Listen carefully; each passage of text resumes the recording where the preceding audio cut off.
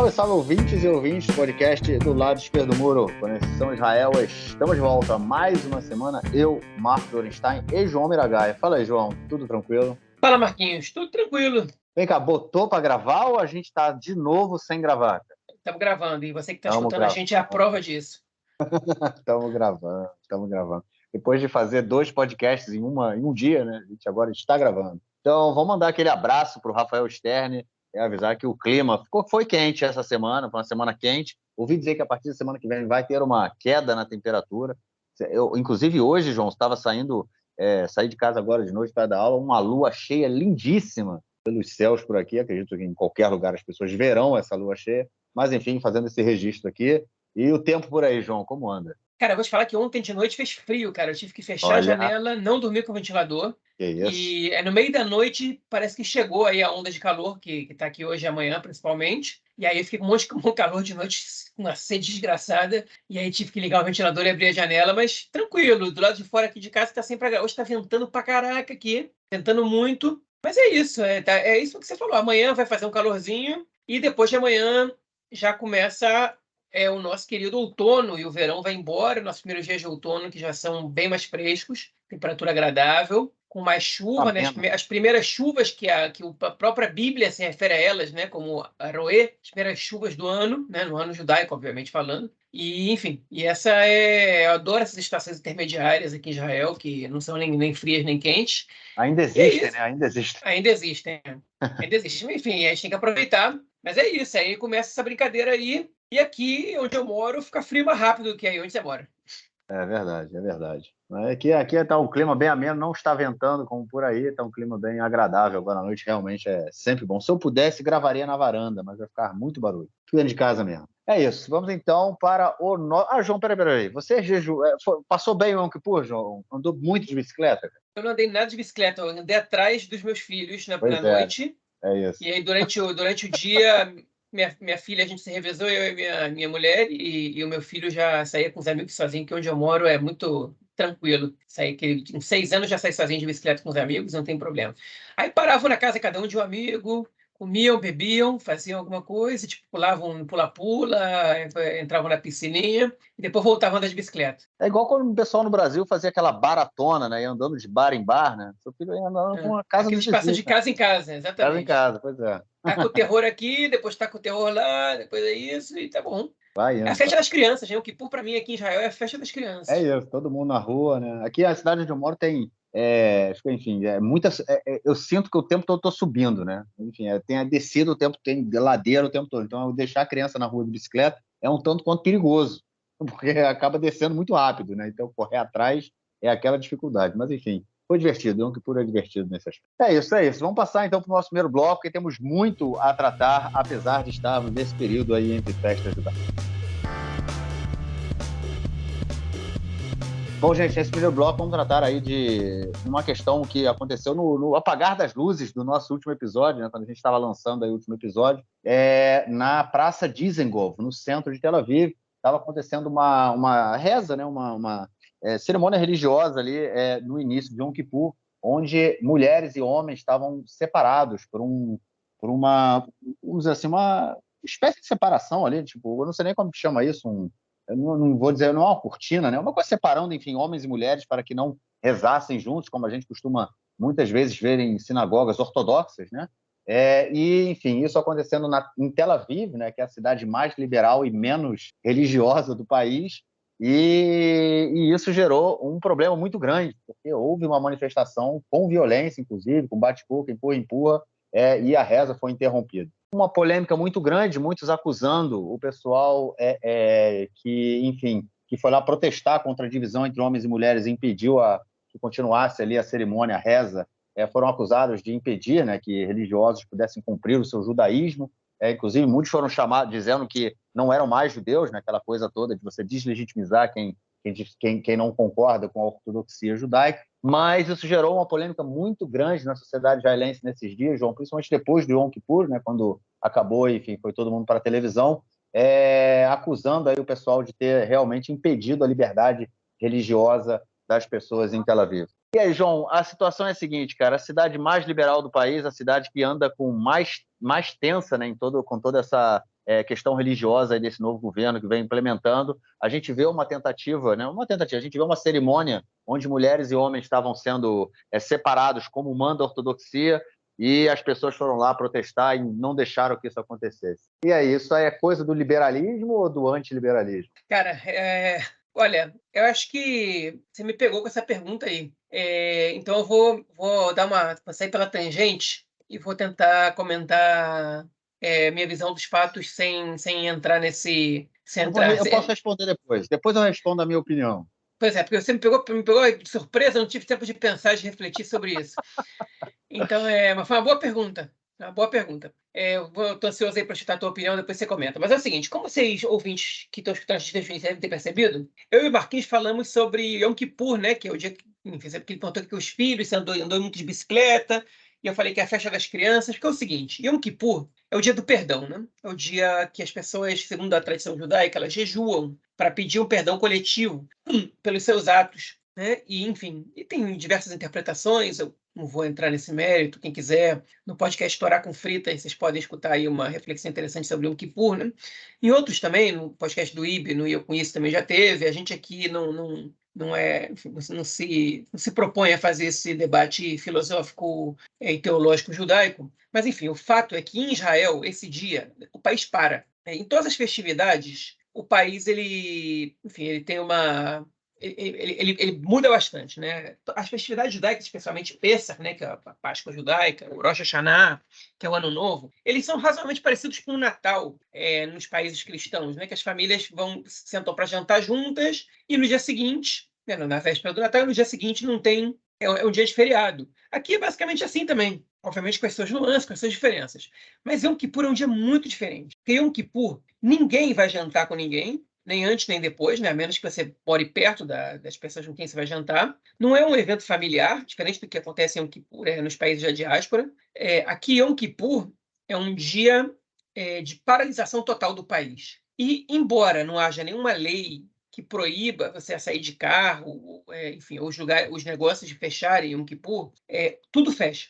Pelo menos nessa cidade judaica, na cidade árabe as coisas não fecham, mas na judaica tudo fecha. E as pessoas simplesmente não saem de carro na rua. O máximo que você vai ver aí é um carro de bombeiro para apagar fogo, um carro de polícia para conferir se está tudo ok, enfim, ou uma ambulância. Né? Infelizmente, tem algumas pessoas que têm uma pouca sorte de se sentir mal no dia de Yom Kippur, ou parir, né? Que as grávidas não escolhem o dia de ter o filho muitas vezes, né? E aqui em Israel quase nunca, que quase não tem cesariana, não tem esse tipo de negócio, não tem esse negócio de você escolher o dia do teu filho nascer. Enfim, então as pessoas que simplesmente dão à luz nesse dia são as que vão precisar da ambulância ou vão precisar sair de carro, e realmente isso é uma complicação, porque as ruas estão tomadas por crianças andando de bicicleta e por outras pessoas andando a pé, conversando, fazendo hora para o tempo passar. As pessoas mais religiosas vão às sinagogas, as pessoas menos religiosas às vezes até vão no final do dia para escutar o toque do shofar, né? E outras vão menos. As rezas são menos relevantes para elas, mas o dia não deixa de ser especial e é como se fosse um pacto tácito social, né? Tipo, um pacto, enfim, feito pela sociedade que não enfim, que ninguém nem combinou que ia ser assim, simplesmente as coisas se desenvolveram para que fosse assim. É um respeito muito grande, enfim, por tudo que é Yom Kippur. É óbvio que aqui e ali tem algumas atitudes que podem desagradar algumas pessoas, né? Há muito tempo atrás, o Gabriel Guzovski, do Conexão, né? Nosso parceiro do Conexão, ele filmou o dia de Yom Kippur em Rehovot, na cidade onde ele, se não me engano, até hoje mora, e esse vídeo, que infelizmente foi extinto do YouTube, quando o nosso canal teve problemas com o YouTube, muita gente estava xingando ele por ter usado o celular no dia de Yom Kippur, porque Yom Kippur é um dia de festa e o uso do telefone celular, segundo a lei judaica, ele é proibido, né? Mas, enfim, como é na sexta-feira, no Shabat, como no sábado, na sexta-feira à noite até o sábado à noite. Enfim, então as pessoas se indignaram com o fato dele estar filmando pessoas em Yom Kippur na rua. Mas, enfim, fora esses momentos muito pequenos, Yom Kippur é um momento de consenso nacional, né? E o Yair Lapid, que hoje é líder da oposição, na época que ele era jornalista, ele até escreveu um artigo muito interessante, dizendo que Yom Kippur era o símbolo de que o Estado judeu ele não é garantido de maneira coercitiva, nem por nenhuma lei específica, nem por nada disso. Quem garante que Israel vai ser um Estado judaico é a maioria judia do país, né? E Yom Kippur é a principal prova disso, que as pessoas não pegam carro porque entendem que aquele é um dia especial. E mesmo quem não jejua, que eu acredito que seja a maioria da população, entendem que não vão pegar o carro.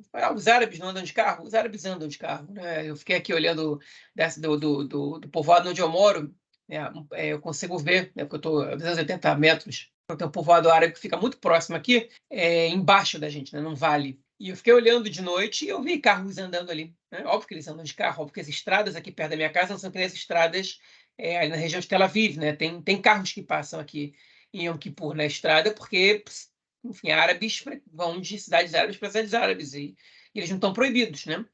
Mas nos ambientes judaicos tudo para. E nos ambientes que são majoritariamente judaicos também, né? Como em Haifa, por exemplo. Os árabes de Haifa, eles entendem que Yom Kippur é um dia diferente e não saem de carro de casa, né? Então, enfim, isso sempre foi um consenso, sempre foi respeitado e sempre foi, enfim, um símbolo da tolerância, a coexistência entre judeus e religiosos e não religiosos em Israel, né? O Yom Kippur era um exemplo mais interessante para a gente tratar isso. E o que aconteceu esse ano foi um negócio surreal, né? Que, enfim, frente a toda essa ruptura social que a gente está vendo no país com esse novo desgoverno, né?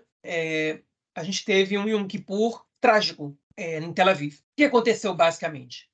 Existe uma organização chamada Rosh Yehudi, que é uma organização que a gente chama aqui em hebraico de Garim Torani, né? Que são sementes da Bíblia, né?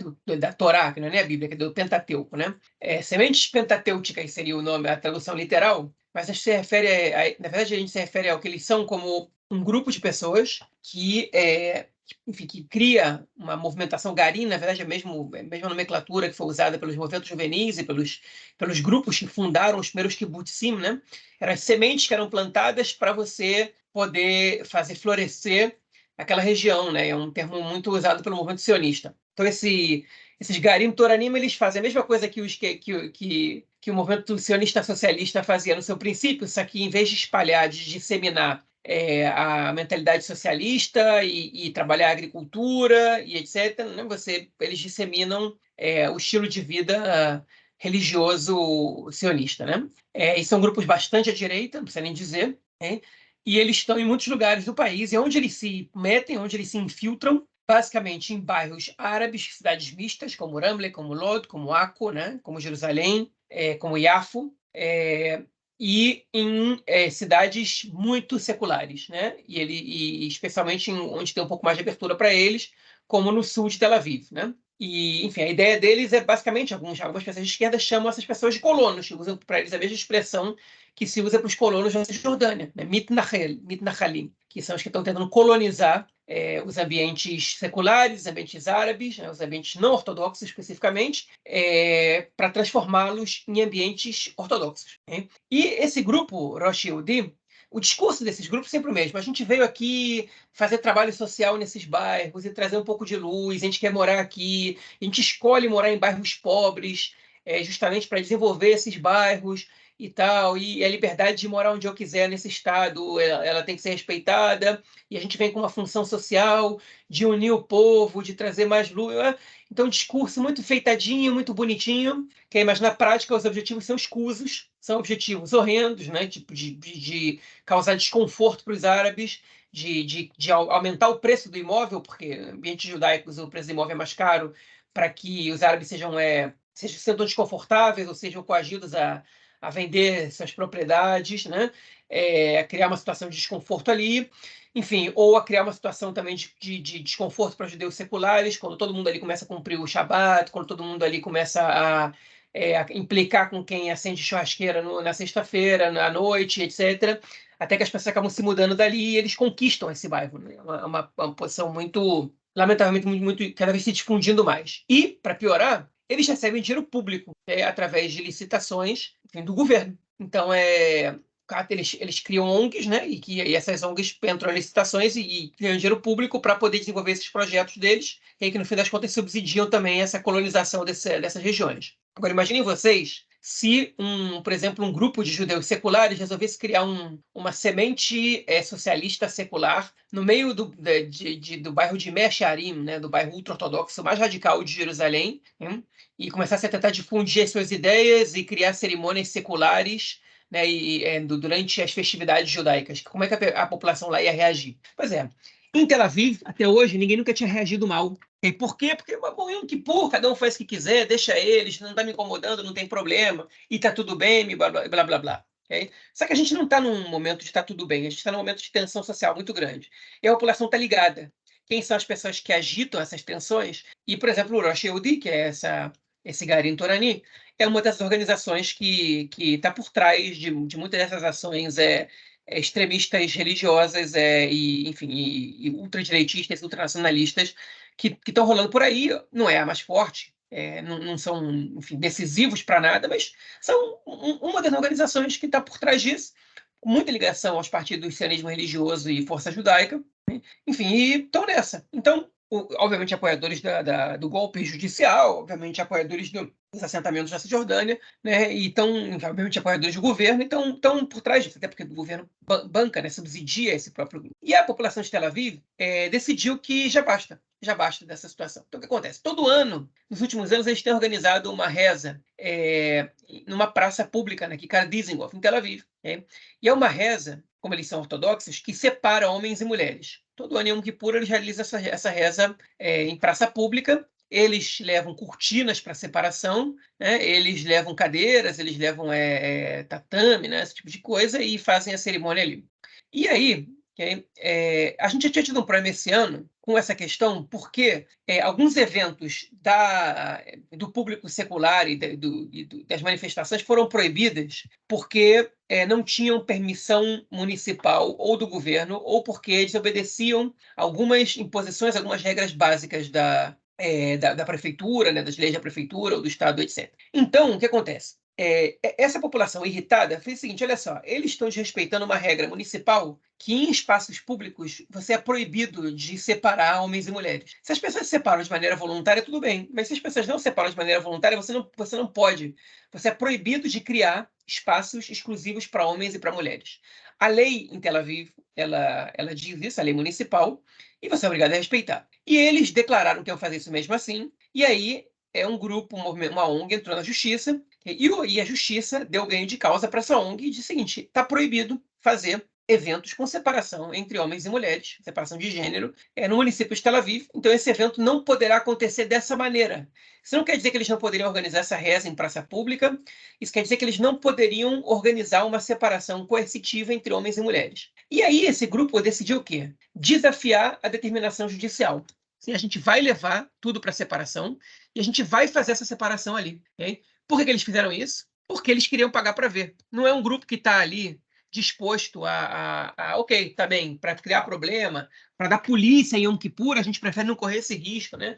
Vamos abrir mão disso e vamos fazer esse ano a reza em sinagoga, já que para a gente é muito importante essa separação. Tel Aviv é a cidade que mais tem sinagogas no país, ainda que a maioria delas esteja muito vazia, e Yom Kippur elas até enchem, né? Enfim, então o que aconteceu foi que eles decidiram pagar para ver. Eu duvido que alguém vai fazer alguma coisa contra a gente, eu duvido que vão chamar a polícia, ninguém vai querer se manchar em Yom Kippur, então a gente vai fazer isso. E o prefeito de Tel Aviv, o Ron Huldai, ele decidiu lavar as mãos, ou seja, não mandar a fiscalização conferir isso. Ele decidiu que ele não ia querer se queimar nesse negócio. Yom Kippur é um tema de consenso muito grande para ele ser tido como responsável pela crise que vai acontecer. Ele decidiu não mandar a fiscalização. Pois bem, o que aconteceu foi que as pessoas começaram a saber que aquilo estava rolando, começou a rolar um monte de mensagens de WhatsApp por grupos seculares, veio para cá, dizem o que aconteceu é que eles chegaram lá e boicotaram o evento à força, né? Os homens invadiram o espaço das mulheres, as mulheres invadiram o espaço dos homens. Será que não vai ter separação? Isso aqui é Tel Aviv, a cidade secular do país, a cidade que é a população secular, aqui é a gente que manda. Vocês não vão transformar Tel Aviv em outra Jerusalém, que você nem pode publicar fotos de mulheres em propagandas publicitárias, porque senão a população rasga, né? Vocês veem como é que está a situação em Jerusalém. Aqui em Tel Aviv isso não vai rolar, acabou essa brincadeira. E eles impediram a força isso de acontecer, teve que chegar a polícia, um manifestante foi preso, enfim. E foi uma mancha na situação de Yom Kippur. Nenhum parlamentar de direita se manifestou, inclusive seculares, porque eles não querem se manifestar nas redes sociais, nem em lugar nenhum, durante Yom Kippur, né, para não acontecer com eles, mesmo que aconteceu com Gabriel Guzovski, né, de serem xingados pela população ortodoxa, como é que você está aí profanando Yom Kippur. E foi só acabar Yom Kippur, começar aquela enxurrada de discursos moralistas, que esses manifestantes anarquistas estão conseguindo estragar o mais sagrado do judaísmo, que é Yom Kippur, e não estão respeitando o direito à reza, e blá, blá, blá, que as pessoas estavam rezando no dia mais sagrado, e eles tinham que interromper, aquilo não ofendia eles de jeito nenhum, e não sei o que lá. E a maioria do pessoal da oposição estava em silêncio, porque não queria atacar os manifestantes, mas também não queria fazer coro com o governo, né? E com o Garim Torani. Aí o Huldaí, o prefeito de Tel Aviv, se manifesta, ele que já está no poder há mais de 20 anos, dizendo que Tel Aviv vai ser sempre uma cidade liberal e secular, e blá, blá, blá, e que isso não vai mais acontecer, e eu não vou mais dar permissão para nenhum desses eventos acontecerem, e não sei o que lá, e blá, blá, blá. Enfim, patética a postura do Huldaí nesse caso, até porque ele tem campanha política, então ele tá aí, usou o espaço para palanque, né, para ele. Esse ano a gente vai ter eleições para a prefeitura daqui a um mês, a gente vai falar sobre isso um pouco mais para frente.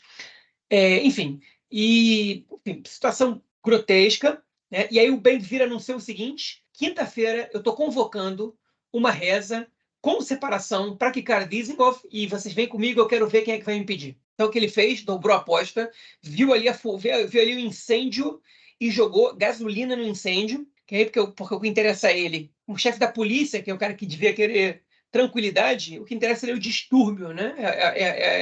Enfim, é a crise, é a explosão social, e aí a gente ficou nesse ambiente de tensão bizarro, hein? E aí Lapid fez um comentário dúbio, que não dava para entender exatamente o que ele estava querendo dizer, o Benny Gantz escalado, até que saiu uma pesquisa feita pelo Canal 13, que mostrou que 58% da população israelense era contrária ao protesto contra a reza de Yom Kippur, né? E 26% era a favor e 16% não sabem. Então, ainda que a maioria das pessoas esteja contra o novo governo, esteja contra as reformas e tal, esse evento saiu muito positivo para o governo, porque ele tocou numa situação de consenso, de reza, no dia mais sagrado do ano para o judaísmo. A população um pouco mais tradicional falou: olha, existe um sagrado aqui na sociedade, que é você não interromper as pessoas que estão rezando. Ele foi lá e se manifestou contrário aos manifestantes, né? Covarde também, né? Porque se era isso que ele pensava, ele devia ter dito desde o princípio, devia ter esperado sair pesquisa nenhuma. Foi um negócio patético, mas enfim, esse resultado dessa pesquisa. Agora, o que é relevante nisso aí? É relevante nisso aí que algumas pessoas de público secular, elas se deram conta, e agora eu estou roubando a ideia aqui do sociólogo Tomer Persico, okay? Que é um sujeito que eu respeito muito, e que tem tem pesquisas muito interessantes sobre a questão da religião-Estado em Israel, né? E eu já estou terminando minha fala, porque já estou falando demais, mas enfim, eu estou roubando um pouco a explicação que ele deu no Twitter dele em hebraico, que ele dizia o seguinte, que existem 3 questões que a gente tem que prestar atenção nisso aqui. Okay? Quais são essas 3 questões? A primeira é que a direita religiosa, ela nunca se deu conta que eles que existe uma maioria secular aqui, e que todos os benefícios que essa direita secular que essa direita religiosa tem, né, que os religiosos têm, sobre, enfim, a kashrut, que são as leis alimentares, ou o Shabat, né, o sábado, que é um consenso, que não é o dia de trabalho, e todo, enfim, que no exército, por exemplo, a comida tem que ser kasher e o Shabat tem que ser respeitado, e que isso, aquilo, outro, só existem porque a população secular está disposta a pagar um preço por isso. No dia que eles não estiverem dispostos a pagar um preço por isso, que aí quem sai perdendo bastante é essa minoria religiosa. Né? E a gente está num ponto de ruptura que parte da população secular cansou.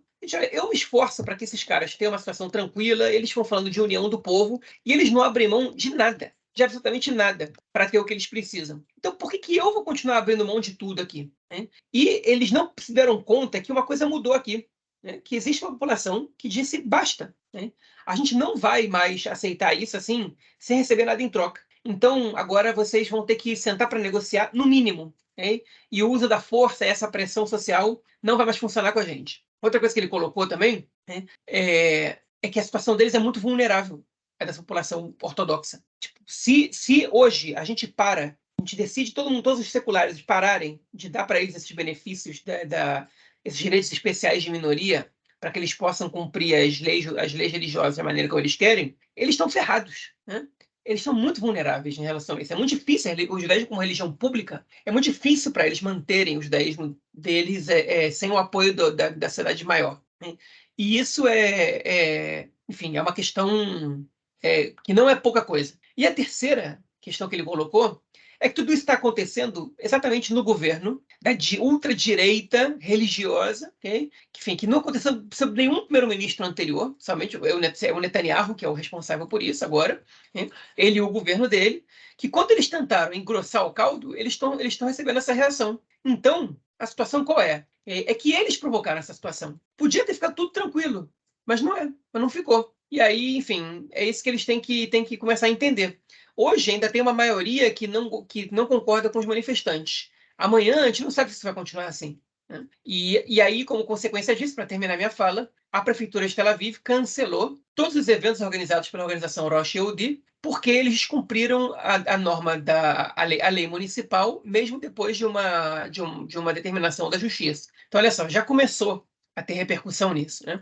Tel Aviv vai começar a virar um lugar de resistência ao secularismo judaico, enfim, se a gente seguir nessa tendência, e esse conflito entre população religiosa e laica começou justamente no que era o consenso, né? No último lugar que a gente esperava que começasse, que era Yom Kippur. Agora, Marquinhos, eu passo a palavra para você. É liberal ou não essa posição deles? Comenta aí o que você acha, que eu estou curioso para escutar a tua reflexão. Pô, a minha reflexão vai muito no sentido que você colocou justamente no final aí sobre o Tomer Terisco, né? Se é liberal ou não, na minha opinião, é. Eu acho que a gente chegou num momento no país que enfim, eu vou usar uma expressão que eu já coloquei várias vezes, né? As cartas estão na mesa. A sociedade está rachada completamente em vários elementos, aí, em vários sentidos, né? Na questão política, na questão religiosa, que aqui é tudo junto e misturado.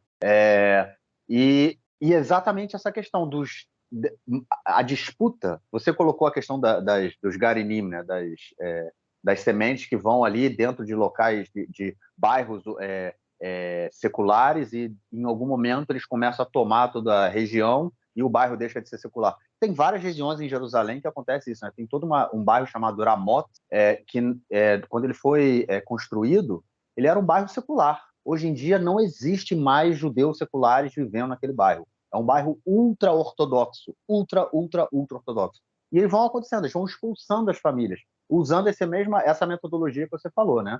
Eles começam ali numa rua, e aí no Shabat eles já começam a fechar a rua, impedindo que as pessoas andem de carro naquela região, e depois, se alguém andar de carro, começa a ser vaiado, começam a jogar coisa no carro, até que a pessoa para de andar de carro, até que ela muda de casa, enfim, né? E eles vão conquistando. Isso acontece cotidianamente aqui. A questão que você colocou é muito interessante, a questão financeira, em Yafo, né? Isso acontece com Yafo, né? É a cidade árabe no sul de Tel Aviv, né? Ela, no caso, Tel Aviv é chamada Tel Aviv Yafo. A municipalidade de Tel Aviv, ela incorpora também a região de Yafo. Desde os anos 70, eram duas cidades separadas. Exato, mas a questão é justamente porque se você mantém Yafo, né, como um bairro, uma cidade separada, você vai ter sempre um prefeito árabe ali no centro de Tel Aviv, né? Porque a população de Yafo, ela é majoritariamente árabe. Então, Marquinhos, eu acho que hoje já não é. Eu acho que hoje já são 60% judeus. Pelo que eu vi, já passou de 60% de judeus lá. Ainda assim, a presença árabe é muito forte. Mas aí você muda agora você deixou de ter essa importância, né? Porque no momento que você ouve, aí é que tá. Aí o que eu queria chegar, justamente na questão aí da questão imobiliária, né? Porque isso acontece muito em Yafo. Yafo é uma região lindíssima de Tel Aviv.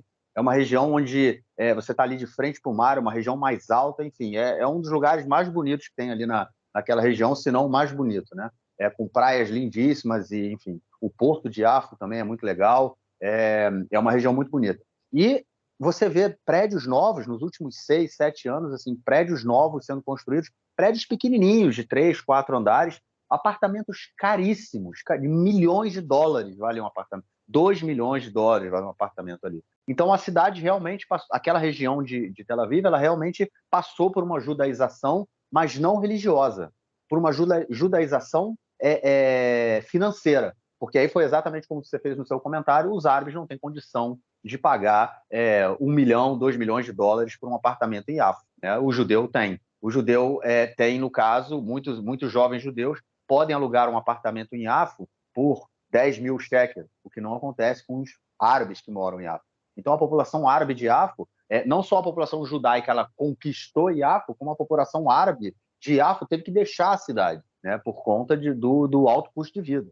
Então você também tem esse movimento de judaização, não só pela questão religiosa. Enfim, essa disputa toda em Tel Aviv, né, é a disputa pelo país, né? E aí a gente tem que entender que, assim, será que a gente tem que tratar com liberalismo quem é antiliberal? Essa é uma pergunta que tem que ser colocada, é justamente essa que o Tomer Perisco fez, né? Os caras não são liberais. Os ultra-ortodoxos, os ortodoxos, de uma forma geral, não são liberais. Eu me lembro que eu tive uma conversa há muito tempo atrás, uns anos atrás, com um amigo meu que ele é religioso, bem religioso, da Tileumi, né, aqueles religiosos nacionais, e tinha uma organização, uma ONG, né, em Jerusalém, que era uma ONG que eles faziam muito, a principal atividade deles era ser uma comunidade que eles tinham um supermercado coletivo. Ou seja, as pessoas se tornavam sócias da ONG, a ONG tinha um supermercado e você comprava aquilo ali sem custo, sem lucro. A ONG não visava lucro, a ONG visava se manter. Então, os caras, tudo que era possível vender, vendia quase a preço de custo, né? Ou seja, era muito mais barato você comprar naquela comunidade do que você comprar em mercados. E você tinha pessoas religiosas ali. E aí começaram a perguntar, vem cá, pode vender kasher ou não? Quem começou a ONG, na verdade, não eram judeus religiosos, eram judeus seculares, os anarquistas, né? E aí os anarquistas são chamados aí pela situação hoje, né? Essa é a minha ironia. Enfim, e aí essa ONG foi criada por judeus seculares e os judeus ortodoxos queriam participar também, religiosos queriam participar também, porque afinal de contas era mais barato, né? E aí eles começaram, mas tem que vender kasher. Mas não pode abrir no sábado. Mas não pode fazer isso. E aí, então, a ONG começou a falar. E aí, vocês querem ser... A gente quer montar uma comunidade, mas vocês querem transformar a comunidade que a gente já tinha. Vocês querem... E aí, esse meu amigo, que ele queria fazer parte dessa ONG, que ele se interessa muito por todas essas questões aí de comunitárias e tudo mais, ele virou para mim e falou assim, é uma questão interessante, muito importante, porque para nós, religiosos, a gente não tem como discutir. É cláusula pétrea. Porque é justamente isso. Com a religião, você não tem discussão, né? Ele segue um mandamento que diz respeito sobre a kashrut, sobre não abrir no Shabat, ou sobre que tipo de produtos ele pode comer. E para ele participar daquele movimento, tem que respeitar a lei religiosa. Ou seja, com a lei religiosa não tem discussão. Ele é ciente disso, é interessante. Ele fala, não, eu sei. Mas, enfim, é a minha opção. Agora, e ele falava, e aí o mais interessante é a gente tentar achar esse balanço entre o não religioso e o religioso. Só que que tá. No momento em que, com o religioso, você não consegue ter uma flexibilidade, porque a religião não é flexível, né? A ortodoxia, no caso, né? Ela não é flexível, você não vai chegar a um ponto em comum. Porque aí você está realmente pedindo para quem não é religioso que assuma, né, as leis religiosas para dentro da sua comunidade ali. E isso é um problema muito sério. Então, quando você impede dentro de uma cidade que se sente ameaçada, né, por conta de tudo isso que a gente está vivendo no país, se sente ameaçada de passar por um processo desse de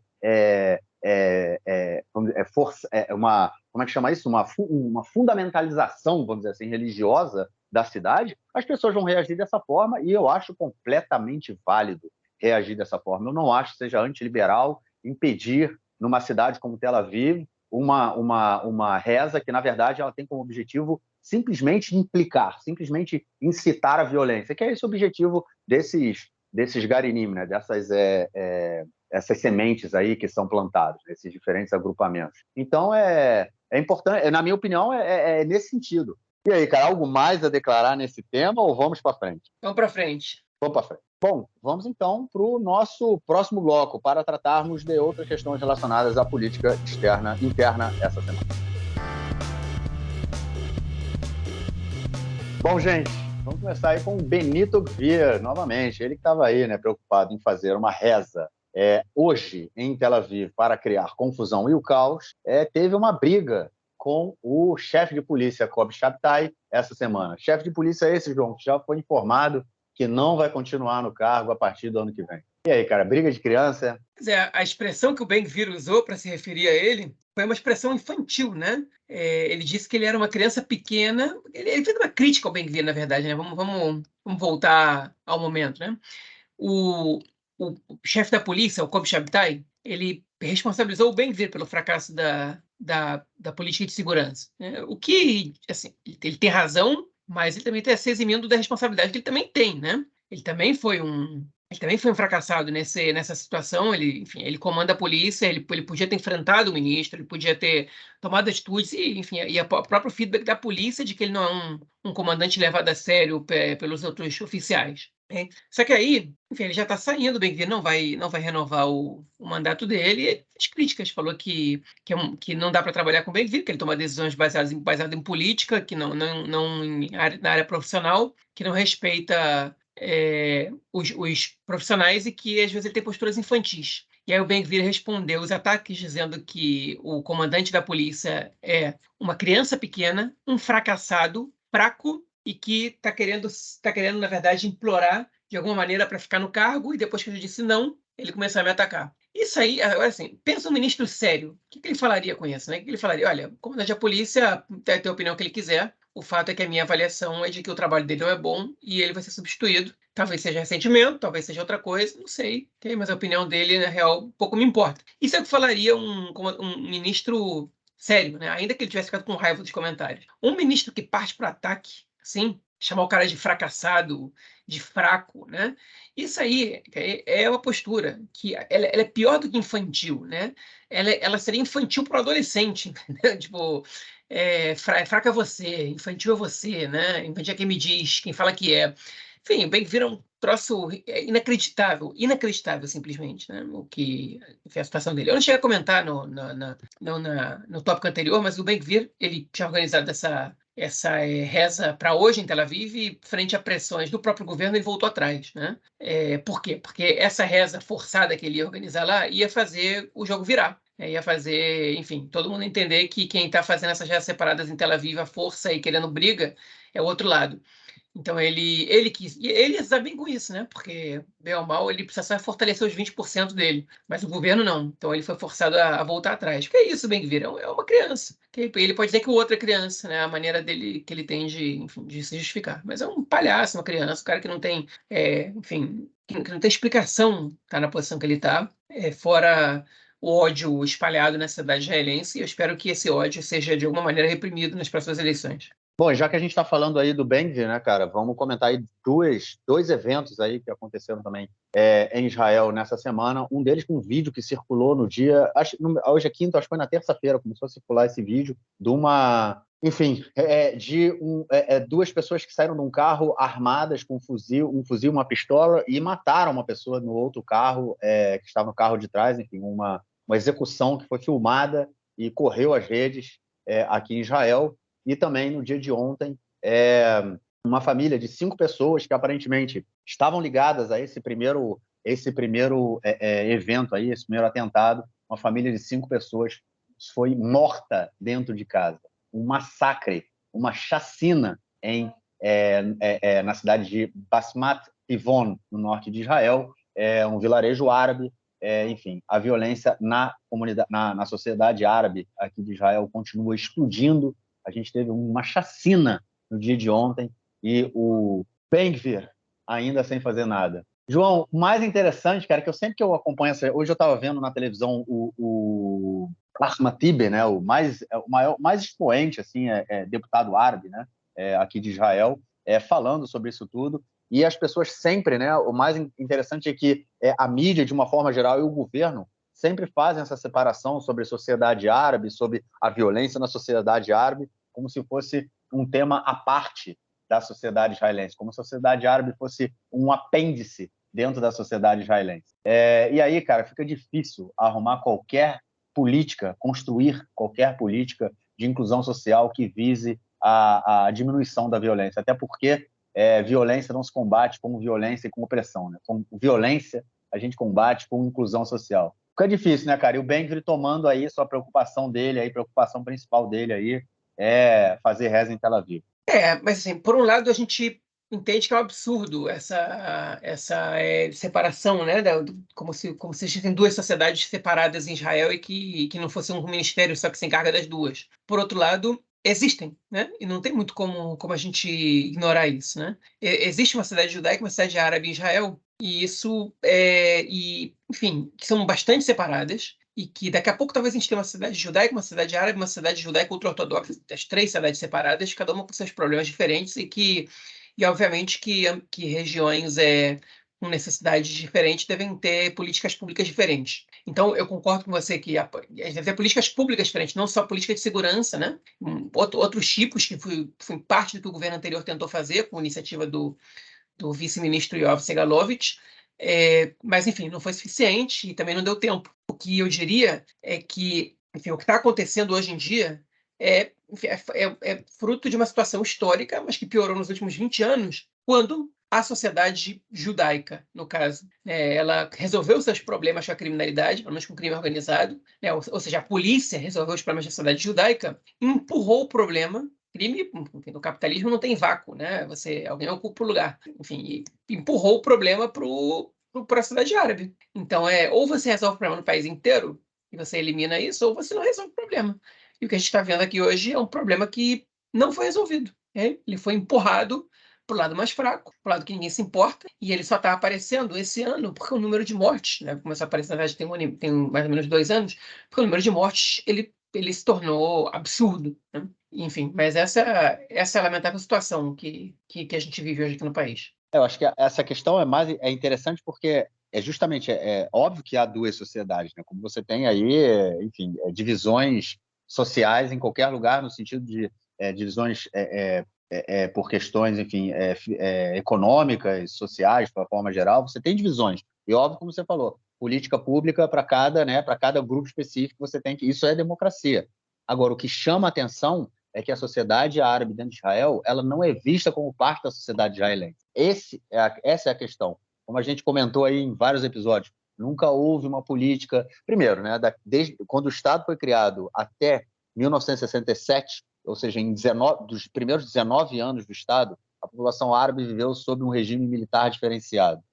Depois o regime militar acaba, teve a Guerra dos 6 Dias, né, o que muda mais uma vez ali toda a relação do Estado com a população árabe. E desde aquele momento nunca houve uma política de inclusão social, nunca houve planejamento urbano nas cidades árabes. A gente comentou disso não há muitos meses atrás, né, sobre a explosão ali demográfica nas cidades árabes e as pessoas não recebem autorização para construir. Ou seja, a gente tem os níveis, né, de níveis escolares na sociedade árabe é muito inferior, né? Ou seja, tudo que acontece na sociedade árabe é inferior ao que acontece na sociedade judaica. Agora, o que mais chama a atenção é que isso é política de Estado, é que isso como você falou, é histórico, nunca foi diferente. Isso sempre foi dessa forma. Né? E agora sempre porque a sociedade árabe sempre foi tratada como um apêndice dentro da sociedade judaica.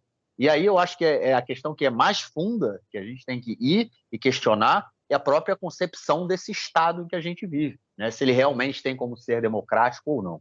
Mas, enfim, já toquei um pouco disso também na questão passada e agora nessa questão, e fica para um próximo episódio ou para um próximo momento para a gente discutir essas questões, para não entrar muito nesse tema. Bom, vamos então à nossa próxima notícia para tratar aí de mais uma discussão que teve no Bagatz, no Supremo Tribunal de Justiça, no dia de hoje, inclusive, que foi para decidir sobre a lei da Nivtzarut, a chamada aí vacância. Ou seja, vamos só lembrar, né, foi uma das leis do golpe que foi aprovada pelo governo, que ela determina que o primeiro-ministro só pode ser afastado do cargo em caso de doença. Em outros casos, ele não pode ser afastado do cargo, e isso fez, inclusive, com o Netanyahu descumprisse. Né? Quando essa lei foi aprovada, o Netanyahu descumpriu uma determinação do Supremo Tribunal de Justiça, né, o Supremo Tribunal de Justiça tinha dito que ele não podia interferir, né, em toda essa questão do golpe judicial, porque isso era diretamente ligado à questão pessoal dele, né? Afinal de contas, ele está sendo julgado em 3 casos por corrupção. Ou seja, a justiça falou: meu amigo, você está querendo mudar as regras do jogo e você tem aí questões com a justiça. Então você não pode se meter nisso porque, enfim, você estaria legislando em causa própria. No momento, né, que a lei da vacância ela foi aprovada, né, ela foi mudada, permitindo com que o primeiro-ministro só fosse afastado em caso de doença, o Netanyahu simplesmente descumpriu essa decisão do Bagatz, do Supremo, em que determinava que ele não poderia participar desse debate, e começou, enfim, a participar desse debate também. E aí, João, o Bagatz, o Supremo, começou a discutir isso hoje, inicialmente, né, que ele já tinha sido exposto, inclusive, a presidente Esther Hayut, a presidente do Supremo, tinha dito que essa lei ela poderia até ser válida, poderia até entrar em vigor, só que, no caso, somente para o próximo primeiro-ministro, não para o atual primeiro-ministro. E aí, vai ficar por isso mesmo? Não, você tem que... Falta um comentário, um reforço no teu comentário, né? Que foi que o Netanyahu ele disse que ele iria intervir justamente no dia que a Knesset legislou, né? E cancelou a possibilidade de vacância para o primeiro-ministro, exceto por caso de doença grave. Então, ele admitiu publicamente ali que essa lei ela foi feita, né? Esse cancelamento dessa lei, no caso, ou essa proibição, foi feita ali pela Knesset justamente para que ele, especificamente, pudesse opinar na questão sobre a reforma, ou seja, uma lei pessoal, que visava beneficiar uma pessoa, né? E isso é razão suficiente para que a Suprema Corte cancele a lei. Só que a Suprema Corte não vai comprar brigas à toa. Então, a tendência, aí, eles tiveram hoje o debate, e o debate girou muito em torno disso. Né? O debate, na verdade, ele se propõe ao seguinte: primeiro, a discutir se realmente cabe a uma pessoa, no caso, a conselheira jurídica do governo, declarar o primeiro-ministro, o cargo de primeiro-ministro vago, né? Ou seja, declarar que o primeiro-ministro não é apto para estar exercendo aquele poder naquele momento e afastá-lo do poder. A segunda, se ela não, quem poderia? Quem tem essa autoridade? E a terceira em que situações isso poderia acontecer. Então, a própria conselheira jurídica da Knesset diz o seguinte: eu não tenho interesse em afastar o primeiro-ministro do poder, okay? Mas eu acho que a gente não pode eliminar a possibilidade de que, em casos extremos, o primeiro-ministro seja afastado do poder. Okay? Enfim, então, a opinião da própria conselheira jurídica do governo é que o Netanyahu não deveria sofrer a pena de ser afastado do cargo porque descumpriu uma ordem legal, ou seja, uma postura ilegal, quando interviu quando decidiu participar de um debate ao qual ele era proibido de participar,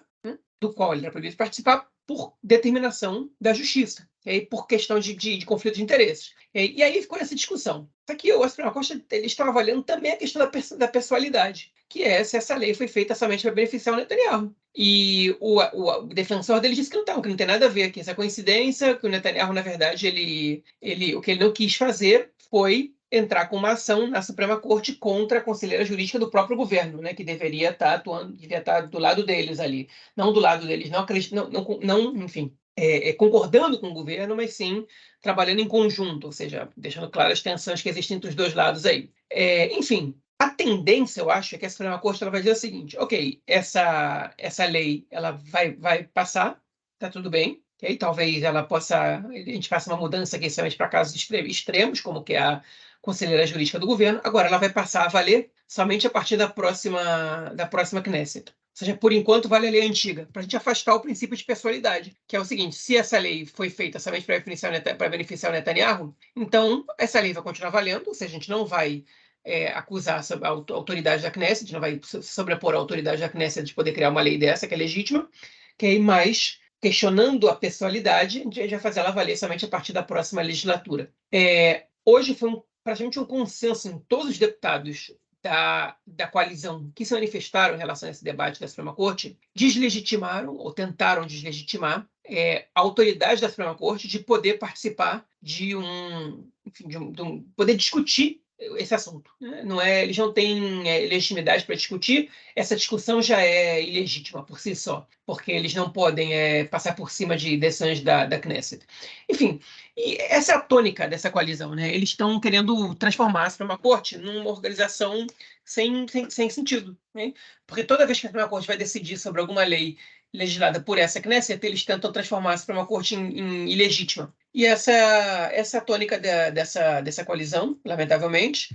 E aí é contra isso que tem que batalhar. Né? Enfim, eles estão tentando destruir todas as instituições do Estado democrático de direito liberal, né? Do Estado liberal, não no sentido da economia, do Estado liberal no sentido político, né? E dos valores. A democracia liberal israelense ela é atacada pela direita. Né? E, aliás, isso não é exclusivo de Israel. Isso é um fenômeno recorrente em muitos países do mundo. Eu diria que a maioria das democracias liberais hoje do mundo elas estão em perigo em governos de direita muito mais que em governos de esquerda. Pois é, realmente é um movimento aí mundial. Né? Temos um problema sério acontecendo a nível mundial. Bom, vamos então ao nosso próximo bloco para tratarmos sobre questões da política externa essa semana. Bom, começamos aí pela ida do Netanyahu à ONU. Comentamos na semana passada, né, sobre a ida dele aos Estados Unidos. Ele conversou com o presidente Joe Biden, aquela conversa, né, que aparentemente, inclusive, foi também convidado a ir à Casa Branca no final do ano. Vamos ver se isso realmente vai acontecer. Mas, enfim, Netanyahu fez um discurso para uma Assembleia da ONU vazia, completamente vazia, constrangedor, né? A cena constrangedora, a cena da Assembleia no momento que Netanyahu falava, pouquíssimas pessoas ali no salão da ONU e muitos protestos do lado de fora da comunidade israelense que vive, né, nos Estados Unidos, ali também em Nova York, e também de judeus americanos protestando contra o que acontece em Israel e também contra o apartheid e a ocupação israelense. Tava osso pro Netanyahu, hein, cara? Isso mostra também a situação que ele está na comunidade internacional, né? Historicamente, o primeiro-ministro israelense ele discursa na quinta-feira, quando ainda estão a grande maioria dos membros da Assembleia Geral, dos líderes dos estados, dos países, ainda estão presentes. Historicamente, ano passado, o Yair Lapid ele discursou na quinta-feira de tarde e conseguiu pegar um voo depois à noite para chegar em Israel sexta-feira e não voar no Shabat, né? Não voar no sábado. O Netanyahu está muito desprestigiado, foi dado para ele um lugar na sexta-feira de tarde, quase entrando no Shabat. Ele discursou depois do presidente da Nova Macedônia e antes do presidente se não me engano, da Mauritânia, né? Enfim, muito esvaziado a Assembleia. A maioria dos membros que escutaram o discurso de Netanyahu ali dentro sequer eram líderes de outros países, né? Eram militantes ali sionistas norte-americanos, membros do governo de Israel, né? Enfim, entusiastas do Netanyahu, mas não eram. Ele não discursou para a comunidade internacional, exceto por vídeo, né? O discurso dele acaba sendo comentado de alguma maneira, ainda que eu acho que ninguém está dando muita importância para esse discurso de Netanyahu fora aqui de Israel. O que o Netanyahu falou, basicamente, nesse discurso, né? Que teve 2.000 pessoas protestando do lado de fora, algo inédito na história de Israel. O Netanyahu ele falou de maneira muito entusiasmada sobre as relações com a Arábia Saudita que estão se construindo e que vão acontecer. Disse que a paz com a Arábia Saudita vai ser boa para o mundo inteiro, especialmente para os palestinos, né? Mas que disse que a comunidade internacional passa muito a mão na cabeça dos palestinos e principalmente do Irã, que o Irã deveria receber sanções e não está recebendo. Enfim, blá blá blá. Então fez ataques de sempre ao Irã, que aí falou da questão de paz, parecia o Shimon Peres falando sobre esse novo Oriente Médio que estava se construindo, né? Mas ele tirou os palestinos da equação. Quando ele se referiu aos palestinos, ele só falou que isso vai ser bom para os palestinos, fez umas 3, 4 críticas à liderança palestina e, enfim, e passou batido pelo resto. Tentou mais ou menos falar para a base dele, tentou convencer os poucos da comunidade internacional que estavam escutando seu discurso a acreditarem que ele é um líder a favor da paz. Falou muito bem do Biden, falou bem do Trump, né? Enfim, disse que conta com os Estados Unidos para apoiar nesses esforços. Basicamente, essa foi a tônica do discurso do Netanyahu ali. E a questão da Arábia Saudita, ela continuou rendendo justamente um dia antes. Ele teve uma reunião com o Biden e esse tema foi um tema muito tocado. E pouco depois, o próprio líder, de fato da Arábia Saudita, o Mohammed bin Salman, o príncipe ditador Mohammed bin Salman, ele comentou que estão avançando nessas questões pela normalização de Israel, mas ele disse também que a questão palestina está no cerne da questão, que a proposta da Liga Árabe de 2002, que haja a condição que haja um Estado palestino, ela ainda é a motriz e a base através da qual eles pensam em se guiar para poder estabelecer relações com Israel. E eles mandaram, depois de muitos anos, um representante do governo para se reunir com elementos da autoridade palestina em Ramallah, na Cisjordânia. Eles vieram para a Cisjordânia, se reuniram com a autoridade palestina, estava prevista uma visita à Mesquita de Al-Aqsa, uma coisa que acontece com membros da realeza saudita e do governo saudita desde 67, quando o território ainda pertencia à Jordânia, queria fazer uma reza na Mesquita de Al-Aqsa, numa festividade islâmica, que acho que é comemorada ao nascimento do profeta Maomé. Não me interessa se isso realmente aconteceu, se eles visitaram a Mesquita de Al-Aqsa. E o ministro do Turismo, Haim Ramon, foi o primeiro membro oficial do governo israelense a ser recebido por uma delegação saudita na Arábia Saudita. Ou seja, o gelo já quebrou, né? A pergunta é se isso vai ser questão de meses, alguns poucos meses, ou se isso vai ser questão de alguns anos. Pode ser que isso demore anos ainda para acontecer, 2, 3 anos, e o Netanyahu ele quer colher esses frutos agora. Ele precisa colher esses frutos agora para ele poder ter algo para mostrar, né, para vender como realização dele. E a gente, enfim, isso vai depender de dois fatores, como a gente comentou na edição passada. Um, é das exigências sauditas, o que eles vão exigir. E dois, mais do que o governo israelense está disposto a dar, é do que o Congresso norte-americano está disposto a dar. Se é o reator nuclear para a Arábia Saudita, se é o acordo de mútua defesa dos Estados Unidos com a Arábia Saudita, se isso vai realmente acontecer ou não. O governo Netanyahu parece que já aceitou praticamente tudo que a Arábia Saudita exigiu, mas o Congresso americano, eu tenho minhas dúvidas que eles vão dar isso assim de mão beijada para a Arábia Saudita nesse momento. Também no caso, enfim, muita gente aqui em Israel está alertando sobre os perigos que são você transformar a Arábia Saudita numa potência nuclear, né? Porque, enfim, o argumento, principalmente das instituições de defesa, né, de Israel, é que hoje você pode ter uma monarquia saudita que coopera com Israel, que tem relações. E amanhã? Quem garante que eles não vão passar por uma primavera árabe ou uma subida no poder de um grupo islamista que vai romper relações com Israel e que pode fazer uso desse armamento contra Israel, né? Enfim, essa é uma questão que, para mim, ela não deve ser levada em consideração tanto quanto porque ninguém sabe o futuro, né? Ninguém sabe o que vai acontecer. Isso você já estabelece uma relação com um país enfim, no qual eles nem estão pedindo reator nuclear para fins bélicos, né, para fins pacíficos, você não estabelece relações diplomáticas. Eu acho que, nesse caso, essa é uma questão secundária. A questão primordial, realmente, é o que os sauditas vão exigir, ok? Dos Estados Unidos a gente já sabe, em relação aos palestinos a gente ainda não tem certeza, mas aparentemente eles vão afrouxar, porque os próprios palestinos afrouxaram, sabendo que se eles pedem o impossível, eles não vão ganhar.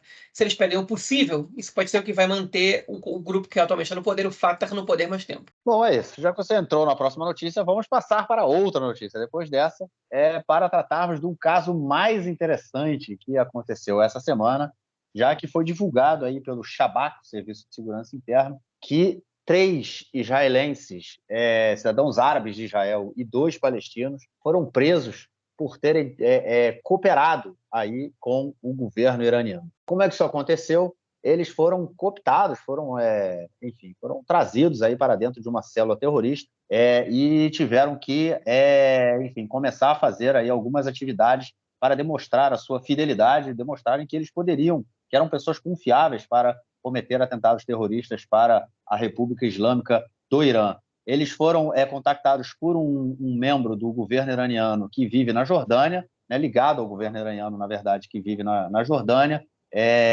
e os israelenses, né, que vivem no norte do país, tiveram, inclusive, que eles foram à cidade de Haifa e incendiaram carros, né, teriam que incendiar carros para mostrarem aí a sua lealdade à causa, e também pediram, João, que fotografasse o Ben-Gvir, né, para que o Ben-Gvir poderia aí ser um possível alvo de um atentado terrorista. É uma história aí que está se desenvolvendo, coisa muito louca, vamos ver o que vem mais pela frente, até porque, enfim, esse tipo de causa, né, esse tipo de coisa aí que acontece, na verdade, dá força a todo esse discurso do Netanyahu sobre o Irã, né? Sempre o Irã. É o Netanyahu e são os atentados. Vamos ver o que vem pela frente. Bom, vamos então aí ao nosso... Na verdade, não a nossa próxima notícia, vamos à coluna semanal de nosso camarada Henry Gauss. Manda aí, hein? Olá, João. Olá, Marquinhos. Amigos do lado esquerdo do muro, tudo bem com vocês? O atual governo de Israel tem pouco ou nada a apresentar ao público. Por isso, o anúncio de que os israelenses passarão a ter o processo de emissão de visto facilitado pelos Estados Unidos tem muito peso. É claro que Benjamin Netanyahu e sua coalizão buscam capitalizar a conquista, ainda mais neste momento de profunda polarização. Ela mesma uma herança do atual mandato. Mas a verdade é que, lendo o anúncio do secretário de Estado norte-americano Antony Blinken, fica evidente que a perspectiva de Washington é diferente, muito diferente, para dar o tom correto. Israel é o 41º país a entrar no programa de isenção de visto dos Estados Unidos. Esta importante conquista representa um passo crítico na nossa parceria estratégica, que aumentará a liberdade de circulação dos cidadãos dos Estados Unidos, escreveu Blinken em sua conta na plataforma X. O olhar do secretário diz respeito ao compromisso fundamental assumido por Israel de forma a poder aderir ao programa dos Estados Unidos, a reciprocidade. Ou seja, israelenses terão mais facilidade para entrar nos Estados Unidos. E o mesmo deve acontecer em relação a cidadãos norte-americanos que queiram entrar em Israel. E aqui é preciso aprofundar este conceito que parece absolutamente justo e simples. A Fundação Instituto Árabe Americano dos Estados Unidos estima entre 122.500 e 220.000 o número de cidadãos norte-americanos de ascendência palestina. Autoridades dos Estados Unidos acreditam que desse número, entre 45.000 e 60.000 vivam atualmente na Cisjordânia. Não se sabe exatamente o número de palestinos com cidadania norte-americana vivendo na faixa de Gaza, mas o governo de Israel estima que sejam centenas de pessoas. Faixa de Gaza, governada pelo grupo terrorista Hamas. Antony Blinken, o secretário de Estado dos Estados Unidos, considera que, a partir de agora, esses cidadãos norte-americanos também irão usufruir de liberdade de movimento. Olhando o quadro mais amplo, esta é uma vitória do atual governo de Joe Biden sobre Netanyahu, mas ainda uma conquista a ser apresentada aos membros do Partido Democrata, muitos deles alinhados aos palestinos. E aqui vale uma lembrança de um episódio ocorrido em 2019 com duas congressistas do Partido Democrata. Rashida Tlaib e Ilhan Omar foram impedidas de entrar em Israel naquele ano. A avó de Tlaib vivia na Cisjordânia e ela dizia querer visitá-la. Israel, no entanto, considerava que a visita era uma tentativa de um episódio de relações públicas ou de uma militância das duas em relação aos palestinos. A situação causou controvérsia na época, mas Israel optou por barrar as duas congressistas a partir de uma lei que permite ao governo israelense impedir que apoiadores do movimento de boicote a Israel entrem no país. Boicote apoiado pelas duas congressistas, importante dizer. Agora, 4 anos depois, um governo liderado por um presidente do Partido Democrata consegue dobrar Netanyahu. Israel continuará a poder usar argumentos relativos à segurança do país, mas, ao menos em relação a cidadãos dos Estados Unidos, precisará fechar um olho sobre a posição individual de cada um deles a respeito de Israel. E lembrando algo que costumo repetir, o Partido Democrata passa por uma mudança. Algumas das principais figuras jovens que mobilizam a militância e são estrelas nas redes sociais são profundamente anti-Israel. Casos de Rashida, Omar e Alexandra Ocasio-Cortez, por exemplo. Joe Biden talvez seja o último presidente dos Estados Unidos a abertamente se declarar sionista. Israel tem um problema estratégico que precisa resolver a curto prazo. E isso diz respeito às relações com o Partido Democrata. Mas isso é assunto para uma outra análise. Por ora, Bibi apenas quer capitalizar a adesão ao programa de isenção de visto. É isso, meus amigos. Tenham um excelente programa e uma ótima semana. Valeu, Mestrão. Obrigadão e te esperamos no próximo episódio. João, comenta aí. O que você tem para comentar sobre esse áudio de nosso colunista Henry Gauss? Um comentário pequeno, né? Até a imigração dos judeus da ex-União Soviética, Israel e os Estados Unidos não precisavam, eles tinham um esquema de não obrigatoriedade, de isenção de visto, né, para que um frequentasse outro país, e o israelense podia praticamente morar a vida inteira nos Estados Unidos e conseguia facilmente permissão de trabalho, visto de trabalho, sem problemas. Isso mudou com com a imigração dos judeus da ex-União Soviética, que vieram cerca de 1 milhão para Israel no espaço de 15 anos, porque muitos estavam fazendo ponte em Israel simplesmente para ir morar nos Estados Unidos depois. E os Estados Unidos, então, começaram a exigir o visto, né? E como todo mundo que tem que tirar visto para os Estados Unidos sabe, é muito difícil, demora muito, tem entrevista, tem um monte de coisa, é muito chato tirar visto para os Estados Unidos. Então, essa é uma notícia que realmente a população ela é muito popular, né? Agora, como o Henry comentou, ela, outra vez, né, o governo, do mesmo jeito que eles estão permitindo armas, armas não, né? No caso, não armas, mas o governo está permitindo o reator nuclear para a Arábia Saudita, eles estão permitindo a entrada de centenas de palestinos na faixa de Gaza em Israel, né? Que era o principal fator pelo qual Israel não quis assinar esse acordo com os Estados Unidos em outros anos. Então, é interessante ver como esse governo está tão desesperado por mostrar alguns feitos. Um governo de ultradireita, desses racistas, e que fala em segurança acima de tudo, que eles estão abrindo a porteira para as questões que eram caras para eles de segurança nacional, para conseguir alguns pequenos feitos, né, como, por exemplo, a isenção de um visto para entrar nos Estados Unidos. Só isso eu queria comentar em cima do áudio do Henry. Eu só acho o seguinte, essa liberação aí, né, cara, vai ser o êxodo, irmão, vai ser o êxodo. Imagina o golpe judicial passando. A galera vai, meu irmão, vai embarcar geral o avião para os Estados Unidos, vai ter um monte de israelense ilegal vivendo por Miami. Vai ser divertido. Bom, vamos então à nossa próxima notícia do bloco para tratarmos aí de Gaza. É isso aí, Gaza volta ao mapa. A gente passa muitas vezes sem falar de Gaza, não sei quando tem guerra, né? Gaza volta aí, já que a coisa anda esquentando, o Hamas em Gaza, vendo toda essa movimentação que tem sido feita pela autoridade palestina e essa aproximação, Emirados Árabes, Arábia Saudita e tudo mais, né? Toda essa moral aí que a autoridade palestina vem recebendo, começou aí a dar uma esquentada na região, voltando a jogar balões incendiários, quer dizer, levantando balões incendiários, né, que vem para o lado de cá da fronteira e acaba causando muitos danos ali aos agricultores na região de Gaza e também, enfim, causando muita confusão na própria fenda, não fenda, na própria divisão, né, na grade, né, que separa ali Gaza de Israel, e muitos desses palestinos, quando chegam ali a poucos metros dessa barreira, acabam sendo atingidos por tiros de soldados snipers que estão ali bem perto a alguns metros, né, vários metros ali da fronteira, mas enfim, tem a capacidade de atingir esses palestinos. E aí começa a esquentar essa fronteira sul no momento em que o pessoal da Cisjordânia do Fatah bota as asinhas de fora, né, cara? Pois é, o Israel está apostando, né? O governo está apostando no que eles tanto criticaram do que o governo anterior fez, que é que você tipo, não vai esquentar as relações com os grupos da faixa de Gaza se você permite cada vez mais a entrada de palestinos. E Israel, inclusive, aumentou essa semana a quantidade de palestinos que podem entrar no país. Então, o governo Netanyahu está apostando nas decisões tomadas nos governos Bennett e Lapid para poder controlar a onda de violência. Só que eles esqueceram de combinar isso com o Hamas, de que isso aí enfim, configura praticamente que o Hamas evite esse tipo de atos totalmente, né? Eles têm momentos que eles realmente não querem arriscar a economia e tem momentos que dane-se.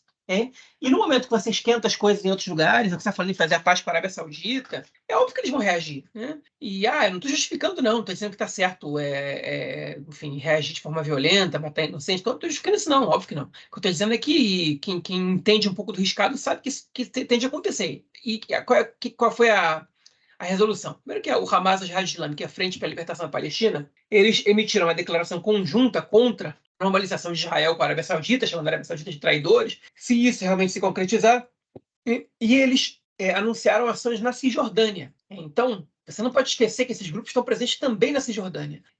E em Gaza começaram a ter protestos, protestos perto da fronteira, perto da cerca de separação. E nesses protestos aí surgiram alguns incêndios por causa desses balões que já estão sendo lançados há muito tempo. No verão é mais complicado, fica mais difícil se apagar, não tem chuva, não tem nada disso. Né? Vai começar agora o outono e a tendência é que chova um pouco mais e que essa seja uma arma menos utilizada.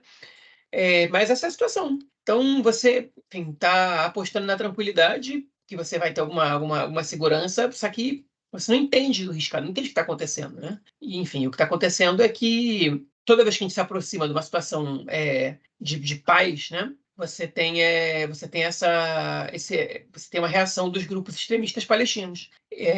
Reações por meio de atentados, né? Por meio de ações terroristas e os acordos de Abraham, eles tiveram um elemento de surpresa. Eles foram anunciados do dia que foram assinados. Com a Arábia Saudita não tem esse elemento. Eles estão sendo negociados à luz do dia, com todo mundo observando, todo mundo vendo passo a passo o que está sendo feito e, da mesma jeito que isso foi nos acordos de Oslo, né, que isso foi em Camp David, os grupos extremistas palestinos eles reforçam os atentados para desestabilizar a possibilidade de que esses acordos sejam assinados. E esse é o objetivo. E o governo, enfim, vai viajando na maionese, achando que eles têm controle da situação. Mas é mais ou menos isso, né? É que o governo Netanyahu faz ao longo desses 200 anos que ele está no poder, dar jeito, sempre tentar ali gerenciar o conflito, né? Essa, na verdade, foi uma invenção do Netanyahu, né? Que, enfim, ele conseguiu fazer isso. Foi mais ou menos isso que o governo Bennett e Lapid fizeram, mostrando aí outras cartas, outras formas de fazer esse controle. Netanyahu adota também, porque no momento que ele vê que surgiu o efeito positivo, enfim, para ele também que é válido, né? Ele gosta, é positivo para ele que não tenha nenhum ataque vindo de Gaza. Então, enfim, usa essas mesmas formas. Bom, é isso. Vamos então ao nosso próximo bloco para ouvirmos o comentário do camarada Nelson Burri. Manda aí, Nelson.